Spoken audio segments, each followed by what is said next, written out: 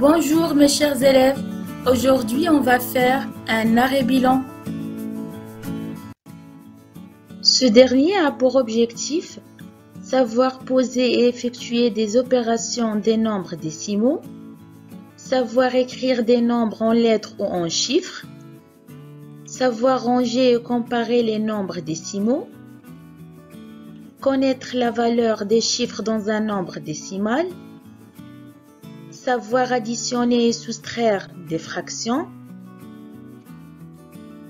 savoir calculer l'aire du carré et du rectangle, savoir calculer le périmètre du carré et du rectangle, savoir convertir les mesures de temps, les mesures de longueur, les mesures de contenance et les mesures de masse, et calculer une durée à partir de l'instant initial et de l'instant final. Commençons tout d'abord par la première compétence, savoir poser et effectuer des opérations des nombres décimaux. Lisons tout d'abord la consigne. Pose et effectue les opérations suivantes.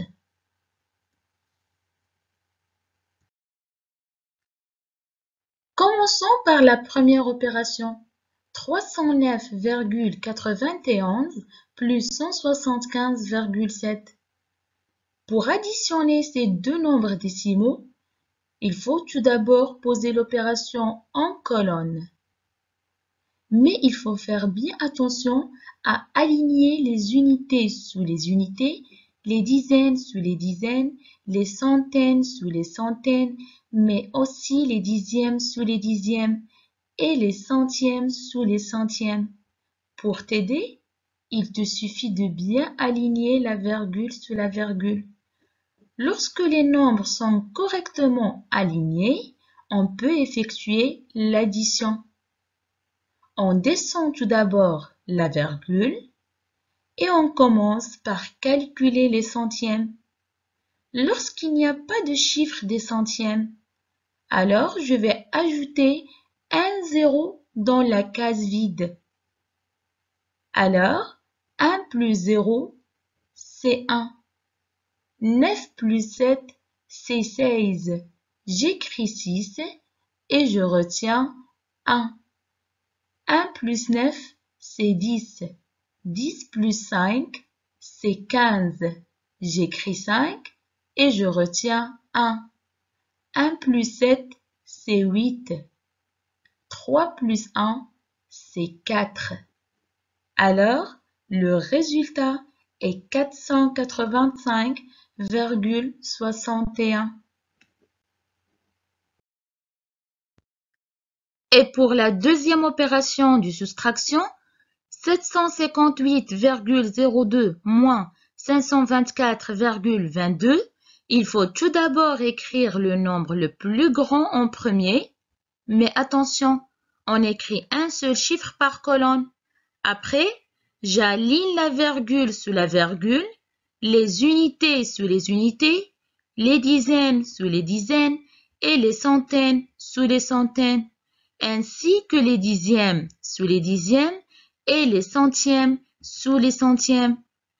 Lorsque les nombres sont correctement alignés, on peut effectuer la soustraction. On descend tout d'abord la virgule et on soustrait chaque nombre en commençant par les centièmes. 2 moins 2, ça fait 0. Je passe maintenant au dixième. Alors, pour les dixièmes, je ne peux pas retrancher 2 à 0, parce que 0 est plus petit que 2.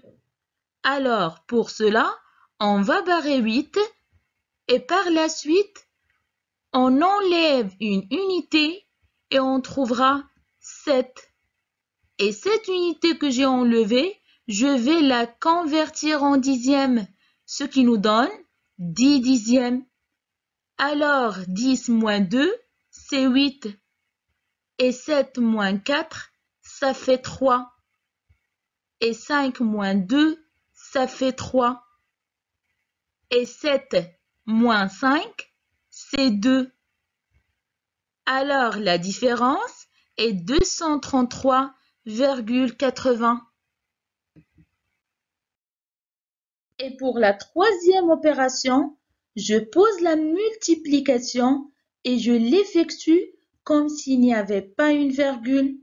Je vais commencer par multiplier 532 par 6. Donc, j'effectue 6 fois 2, c'est 12. J'écris le chiffre des unités 2 et je retiens 1. 6 fois 3, c'est 18. Avec le 1 de retenue, ça fait 19. J'écris 9 et je retiens 1. Et enfin, 6 fois 5, c'est 30. Plus la retenue, ça fait 31. Je vais maintenant multiplier 532 par 30. Donc, je commence par mettre le zéro du chiffre des unités et je multiplie 3 fois 2, c'est 6. 3 fois 3, c'est 9.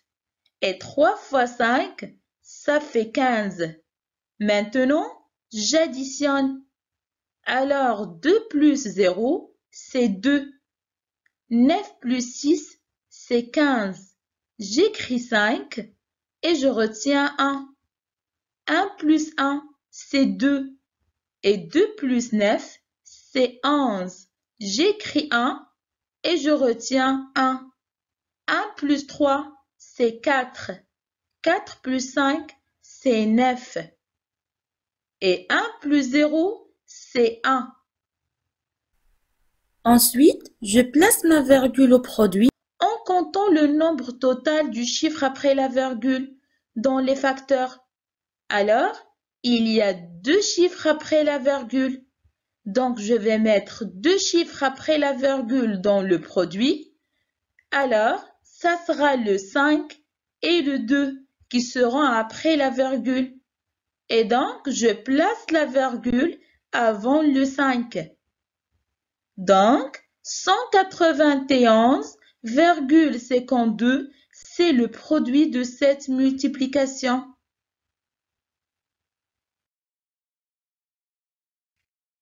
Et pour la quatrième opération, on commence par poser la division.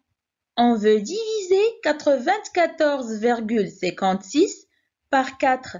Je vais commencer à diviser la partie entière. Ici, c'est 94. Je pose tout d'abord la question. Dans 9, combien y a-t-il 2 fois 4? Il y a 2 fois 4.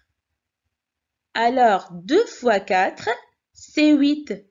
Et 9 moins 8, ça fait 1. Ensuite, j'abaisse le 4. Dans 14, combien y a-t-il 2 fois 4? Il y a 3 fois. Alors, 3 fois 4, ça fait 12. Et 14 moins 12, c'est 2. J'ai fini avec la partie entière du dividende. Maintenant, j'arrive à la virgule. Quand j'arrive à la virgule, dans le dividende, je dois placer la virgule au niveau du quotient. Donc, j'ai 23 virgules. Et maintenant, j'abaisse le chiffre 5. Dans 25, combien y a-t-il 2 fois 4? Il y a 6 fois. Alors, 6 fois 4, c'est 24. Et 25 moins 24, c'est 1. Ensuite, j'abaisse le 6. Dans 16, combien y a-t-il 2 fois 4? Il y a 4 fois. Alors, 4 fois 4, c'est 16. 16 moins 16, c'est 0. Donc, le reste est nul. Alors, la division est terminée. Passons maintenant à la deuxième compétence, savoir écrire des nombres en lettres ou en chiffres. Commençons par le premier nombre. Pour lire et écrire un nombre décimal, il faut tracer un tableau de numération concernant les nombres décimaux. Ce tableau se compose de deux parties, partie entière et partie décimale, séparées par une virgule. Je place mon nombre dans le tableau, commençons tout d'abord par placer la virgule. Ensuite, je place mon chiffre des unités 5 et 2 dans la colonne de dizaines. Après, je place la partie décimale 9 dans la colonne de dixième et 6 dans la colonne de centième. Alors, le nombre se lit 25 unités et 9 dixièmes, 6 centièmes, ou bien 2 dizaines, 5 unités, 9 dixièmes, 6 centièmes. Ou bien, on peut lire 2596 centièmes. Alors, le nombre se lit 25 unités, 9 dixièmes, 6 centièmes. Passons maintenant au deuxième nombre, 28 unités, 2 centièmes. Pour bien écrire ce nombre en chiffres, il faut le placer dans le tableau de numération.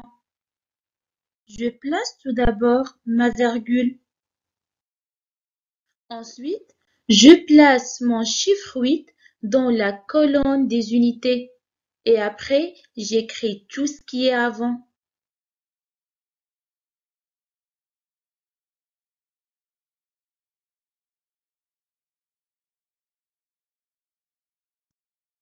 Ensuite, je place mon chiffre 2 dans la colonne des centièmes. Après, j'ajoute un 0 dans la case vide. La réponse est 28,02. Et pour écrire ce nombre entier en lettres, il faut tout d'abord tracer le tableau de numération concernant les nombres entiers. Mais attention, il faut toujours commencer par les unités. Je commence à placer mon chiffre 2 des unités et j'écris tout ce qui est avant. On peut lire ce nombre 12 482. Compétence 3. Savoir ranger et comparer les nombres décimaux. Il faut ranger ces nombres suivants dans l'ordre croissant. Vous connaissez c'est quoi un ordre croissant? Un ordre croissant, c'est ranger de plus petit au plus grand. Mais tout d'abord, il faut tracer le tableau de numération et placer tous ces nombres décimaux et après, on les compare. Pour comparer ces nombres décimaux, on compare d'abord la partie entière en commençant par les dizaines. 5, 5, 5, 1. Alors le chiffre 1 est plus petit que 5. Alors le plus petit nombre, c'est 18,953. Après, je barre le nombre que j'ai déjà écrit et je termine ma comparaison. Puisque ils ont la même partie entière, je passe à comparer la partie décimale. Alors, 0 est plus petit que 9 et plus petit que 3. Donc, le plus petit nombre est 52,008. Il nous reste maintenant à comparer ces deux nombres décimaux. 3 est plus petit que 9. Alors, le nombre 52,347 est plus petit que 52,928.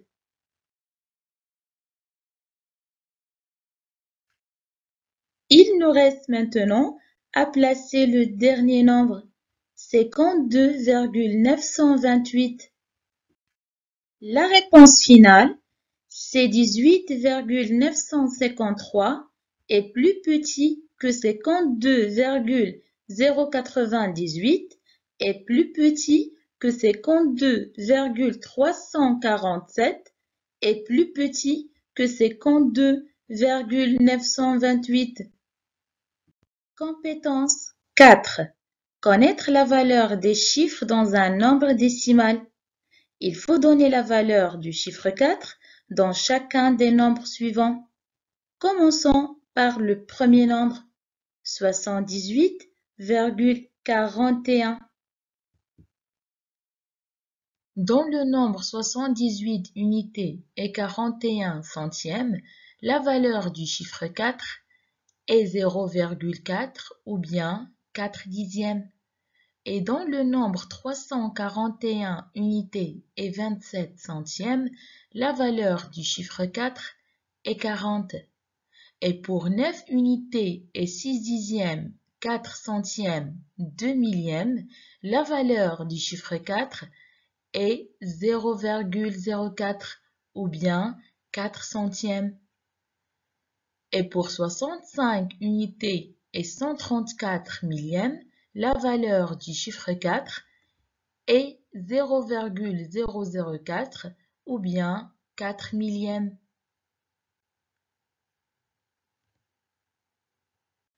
Compétence 5. Savoir additionner et soustraire des fractions.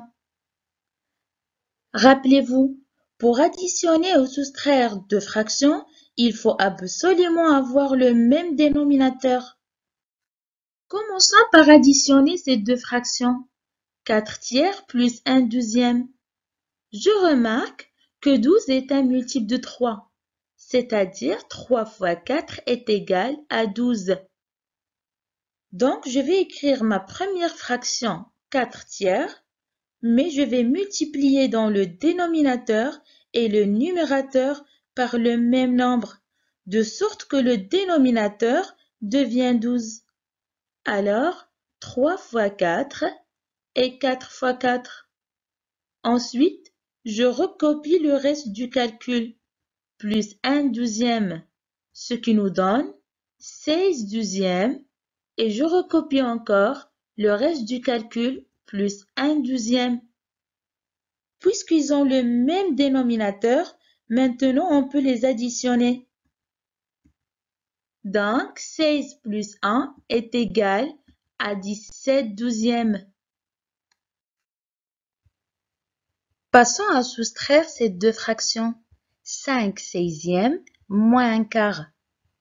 Je remarque que 16 est un multiple de 4, c'est-à-dire 4 fois 4 est égal à 16. Alors je laisse ma première fraction 5 seizièmes, puisque le 5 seizième est déjà sur 16, et j'écris moins un quart. Et je vais multiplier le dénominateur et le numérateur par le même nombre, par 4. Alors 4 fois 4 et 1 fois 4, ce qui nous donne 5 seizièmes moins 4 seizièmes. Puisqu'ils ont le même dénominateur, alors on peut effectuer la soustraction. On obtient donc 1 seizième. Compétence 6. Calcule l'aire de chaque figure. Pour calculer l'aire du carré de 12 mètres, il faut appliquer la formule suivante. L'aire du carré, c'est côté fois côté. Alors, l'aire du carré est égale à 12 mètres fois 12 mètres. On obtient 144 mètres carrés. Et pour calculer l'aire du rectangle de 8 cm de longueur et 4 cm de largeur, on applique la formule suivante. L'aire du rectangle, c'est longueur fois largeur. Alors, c'est 8 cm fois 4 cm. On obtient donc 32 cm carrés.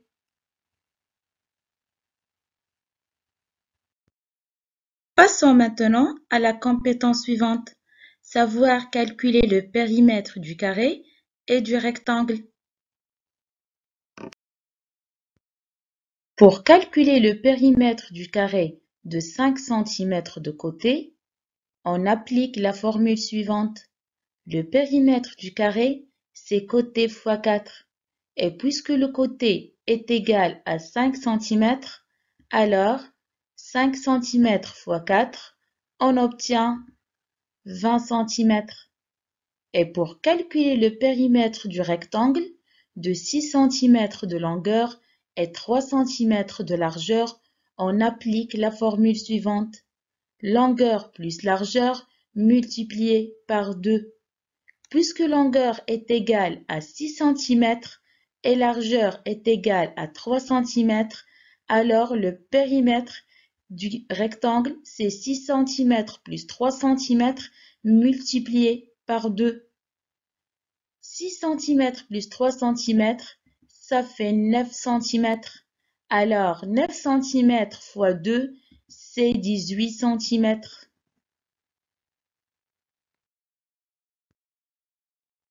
Compétence 8.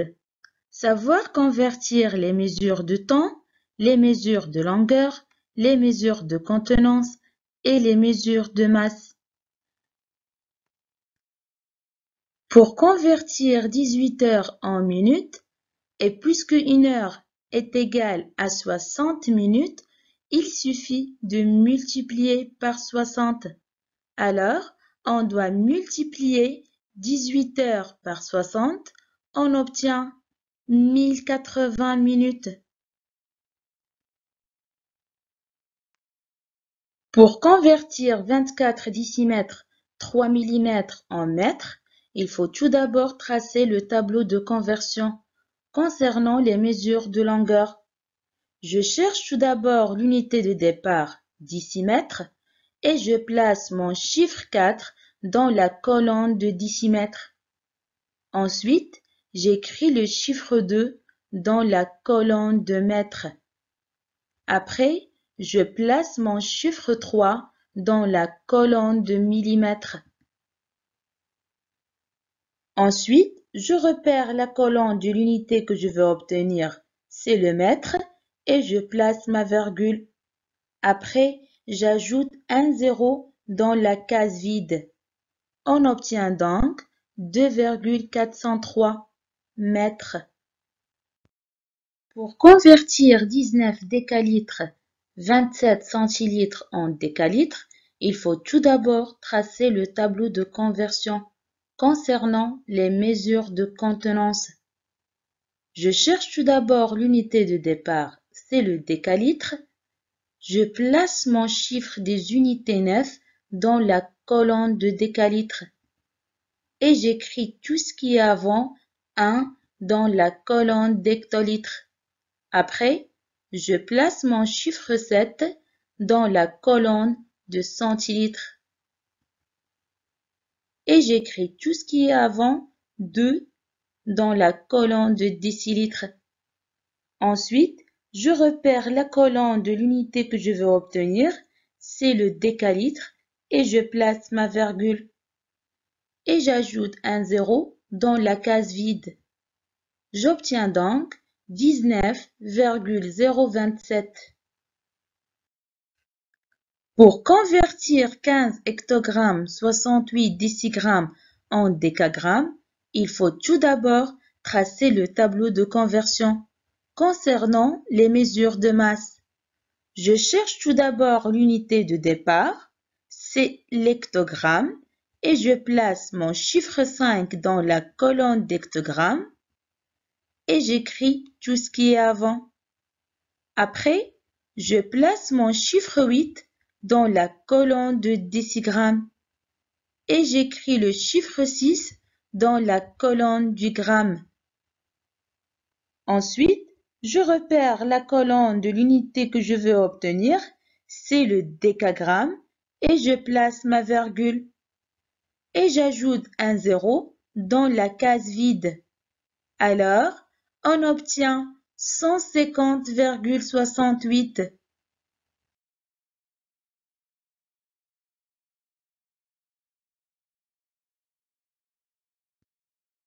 Compétence 9.